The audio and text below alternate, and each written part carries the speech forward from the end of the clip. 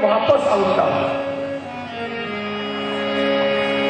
राम काज करी, राम काज करी मैं आया, सीता करी सुधि प्रभु सुनाओ। राम काज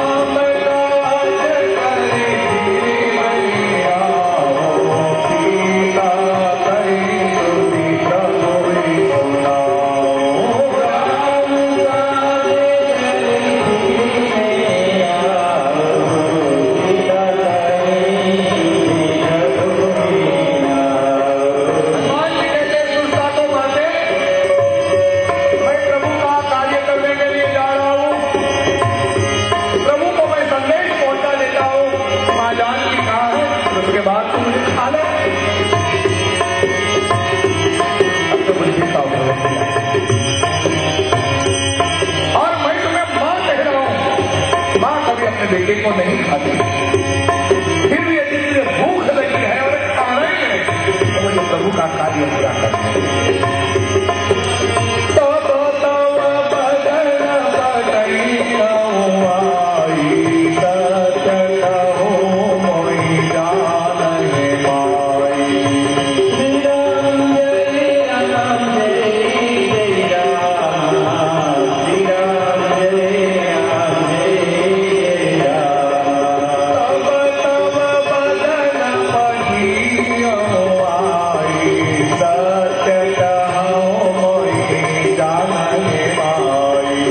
श्री राम जय राम जय राम, श्री राम जय राम जय राम। कहने लगे नहीं मुझे तुझ पर विश्वास नहीं है, वो एक बार निकल गया तो वापस नहीं आया तो मैं तो अभी का भी खा लूंगी।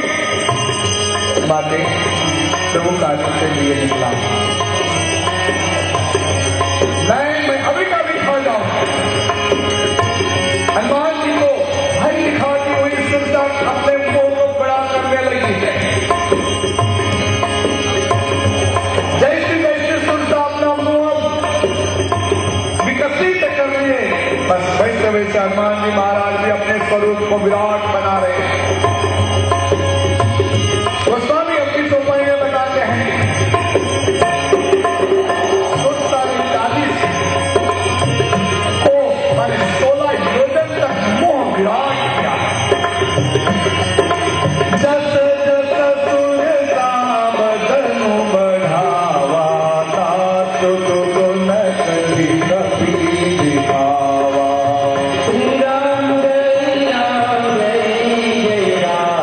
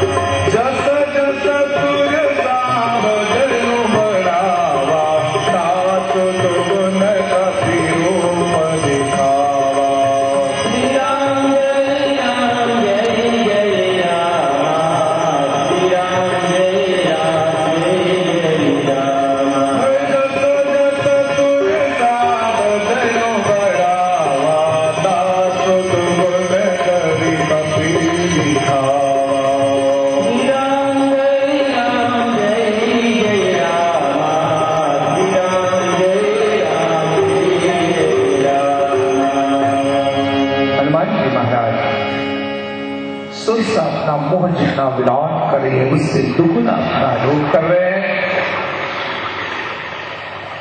16 योजन तक उसने अपना मोह फैलाया। हनुमान जी ने सोचा कि इसको इतना मुंह फैलाने में इतनी देर लगी है तो फैलाए हुए मुंह को भी छोटा करने में देर लगेगी। तब तक स्वयं अकस्मात सूक्ष्म रूप धारण करते हुए उसके मुंह में प्रवेश किया और कह दिया, मां मैं तो तेरे मुंह में प्रवेश कर चुका हूं, लेकिन तू नहीं खा पाई तो फिर मैं क्या करूं? अब मुझे देर राम का कार्य करने के लिए जाने। हनुमान जी की बुद्धि चातुर्य को देखते हुए सुरसा को आनंद हुआ।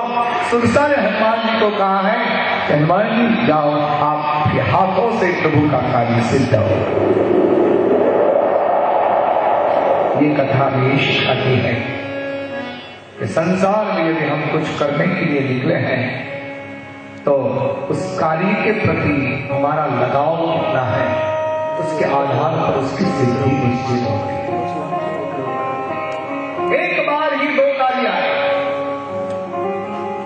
एक तो सुरसा खाने के लिए तैयार और दूसरा प्रभु के कार्य के लिए जाने के लिए हनुमान जी तैयार। अब क्या है?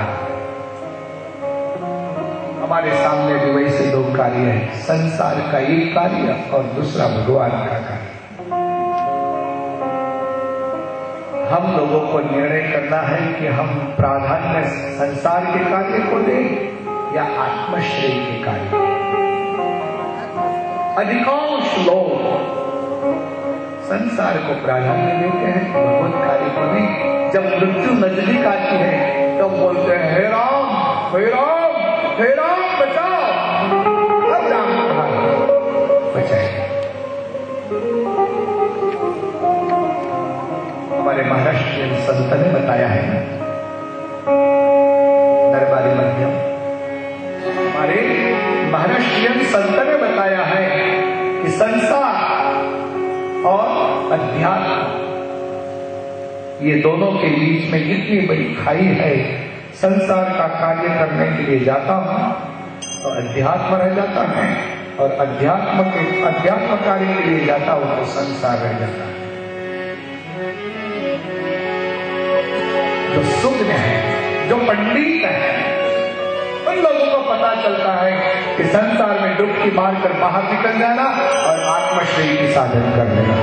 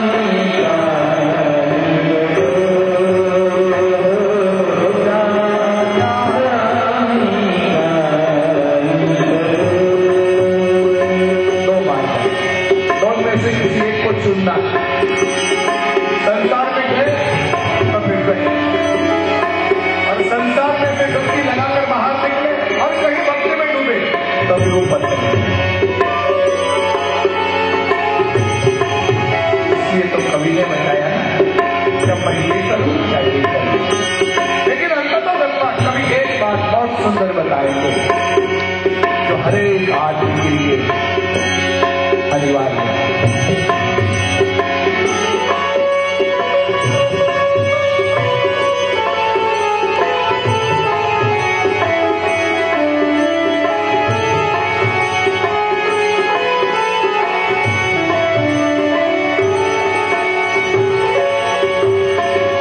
भक्ति मने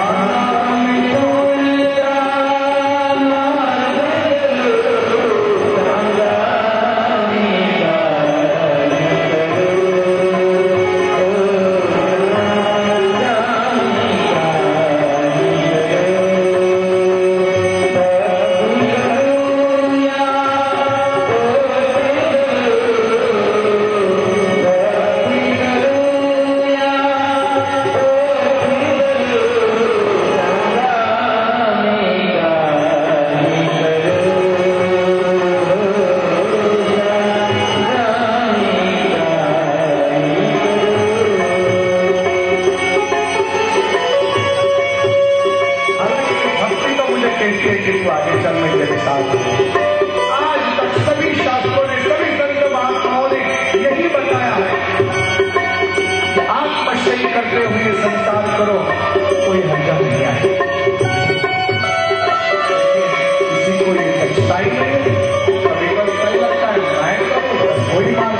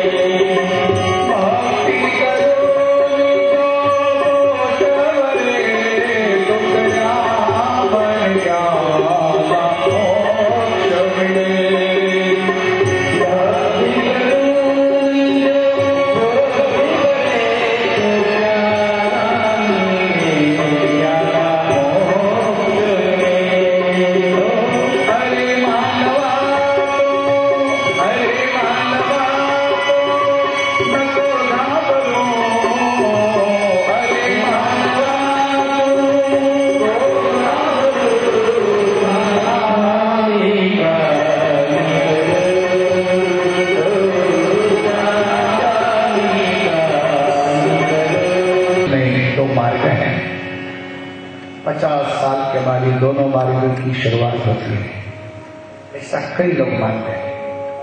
लेकिन हमारे शास्त्र ये बताते हैं जन्म से ही ये मार्ग की शुरुआत होती है।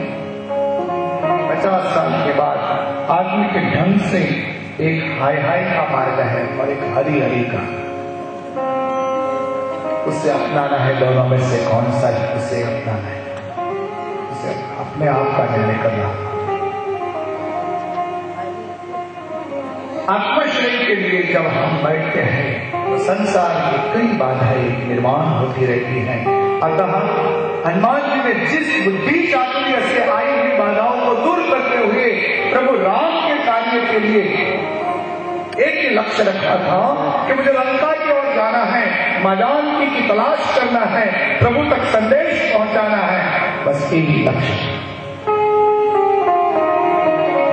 सुरसा ने आशीर्वाद दिया, प्रभु वहां से आगे, अरे हनुमान जी वहां से आगे चल पड़े आकाश मार्ग से। चलते चलते शाम हो चुकी, समुद्र के सामने किनारे पर लंका, कई दिए जल रहे थे, नगरी बड़ी सुहावनी दिख रही थी। तब हनुमान जी को लगा शाम का समय है तो मैं रात को अंदर यदि प्रवेश करूं तो किसी को मालूम ना पड़े। दूत है ये कोई चोर नहीं है। दूत को अपने स्वामी का दूत बनकर जाने के बाद अपनी बुद्धि का भी प्रयोग करना, केवल वो ये पत्र लेकर चला गया और वहां पहुंचा दिया, ऐसी बात नहीं होती। अपने आप की बुद्धि का भी उपयोग करना होता है। हनुमान जी ने सोचा अभी मैं यदि प्रवेश करूं और यदि कोई तकलीफ हो तो किसी को मालूम पड़ जाए कि राम का दूत आया है, तो इससे तो अच्छा है मैं रात को प्रवेश करूं। मगर राक्षसी लंका के रक्षण के लिए रखी गई थी। लंकिनी ने कहा है बंदर और है मुझे कुछ गिरा पर अंदर कैसे जा रहा है?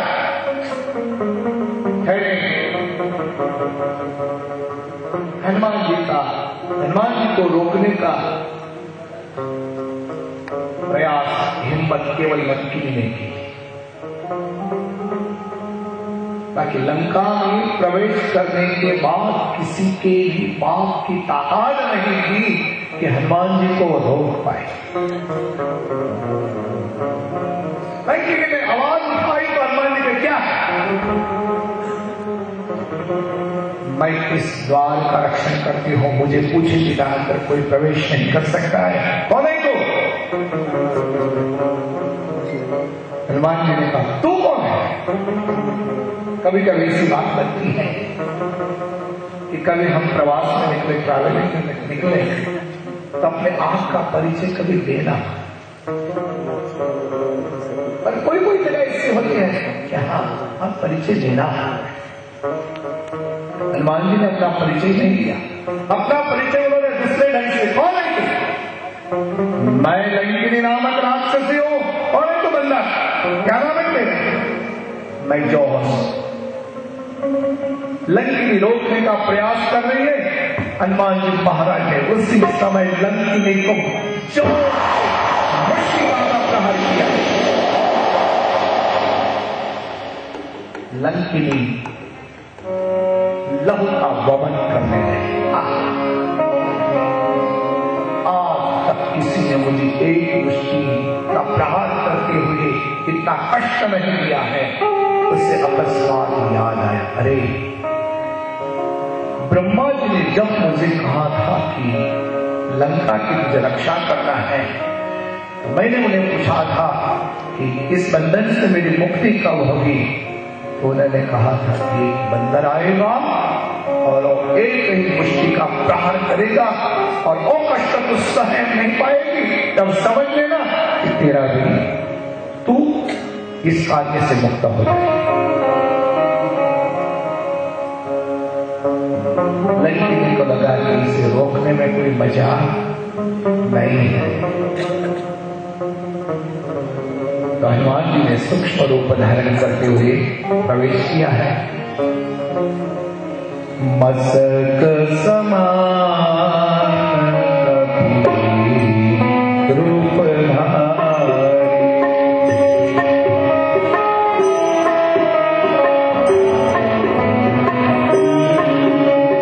मस्तक समान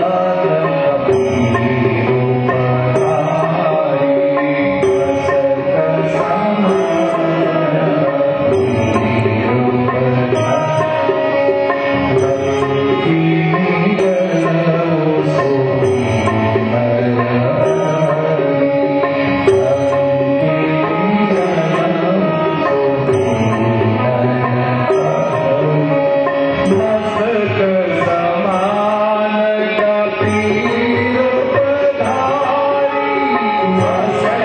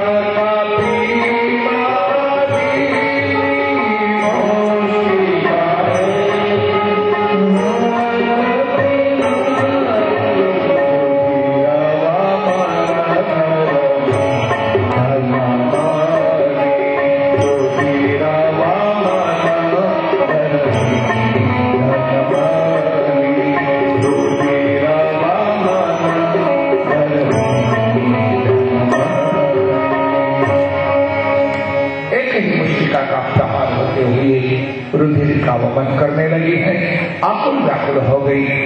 लंकिनी को लगा कि जिसका जो होना हो सो हो, लेकिन आज मेरा तो उद्धार हो गया। कहो कहो तुम कौन? लंकिनी का पश्चाताप देखते हुए हनुमान जी महाराज ने कहा, मैं हनुमान प्रभु के दूत हो।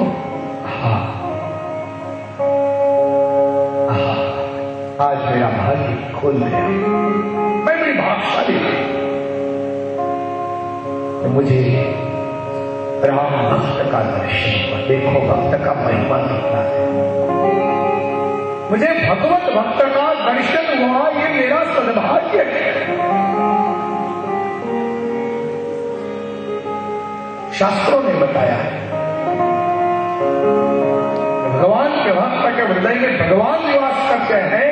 अतः यदि कभी भगवत भक्त का दर्शन हुआ तो प्रेम से उन्हें नमस्कार करें, क्योंकि उसके भगवान। मुझे तो आज ऐसा लगता है कि अब मुझे भगवान का दर्शन हो या न हो, आपका दर्शन हुआ, मैं बड़ी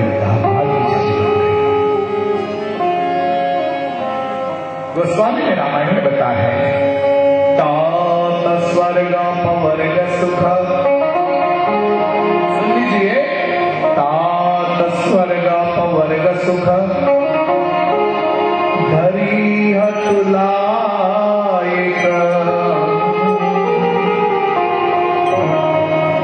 लंकिनी हनुमान जी को कहने लगी, हे तात, हे पुत्र, स्वर्ग और अपवर्ग उसका जो सुख है, माने स्वर्ग का जो सुख है, उसे एक तुला में रखा जाए। तुलन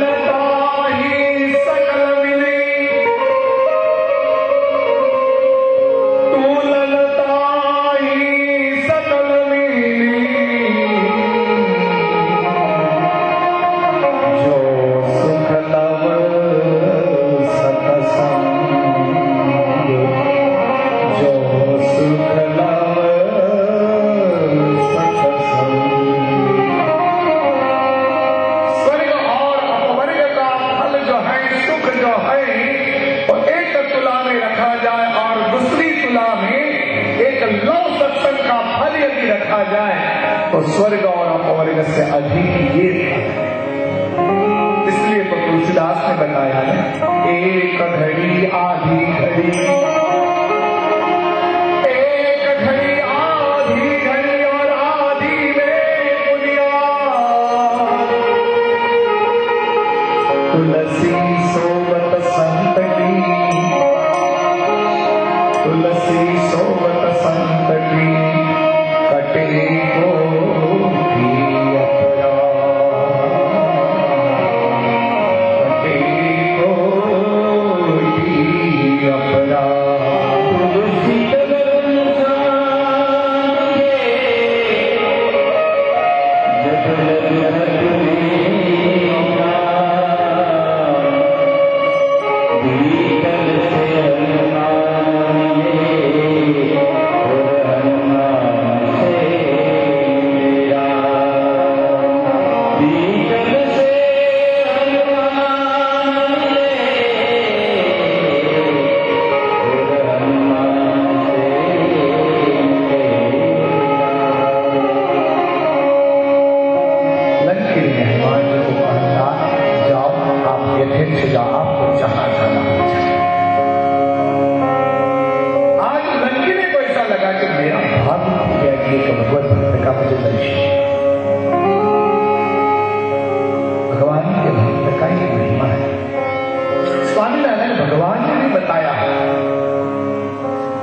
भगवत भक्त के प्रति हमें स्नेह भाव हो, प्रेम भाव हो, आदर हो, तो उसके माध्यम से भगवान के प्रति हमें स्नेह होता है।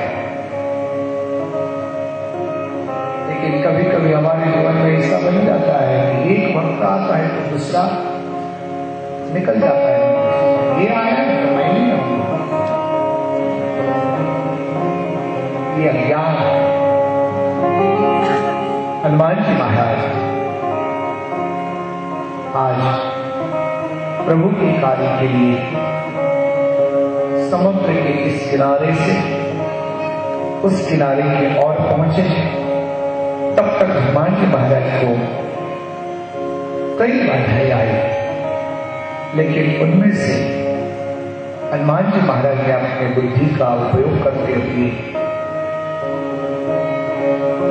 प्रभु राम का कार्य सफल करने की शुरुआत की है। कोई भी कार्य जीवन में यदि करना हो तो केवल बुद्धि, केवल ताकत से मत करना। जब कोई भी कार्य केवल ताकत से किया जाता है तब उसमें सफलता नहीं मिलती। भीम का ताकत बहुत है, लेकिन बुद्धिमान कम था। कहा जाता है कि भीम तो जो भी कार्य करे वो ताकत से करता था, बुद्धि से नहीं।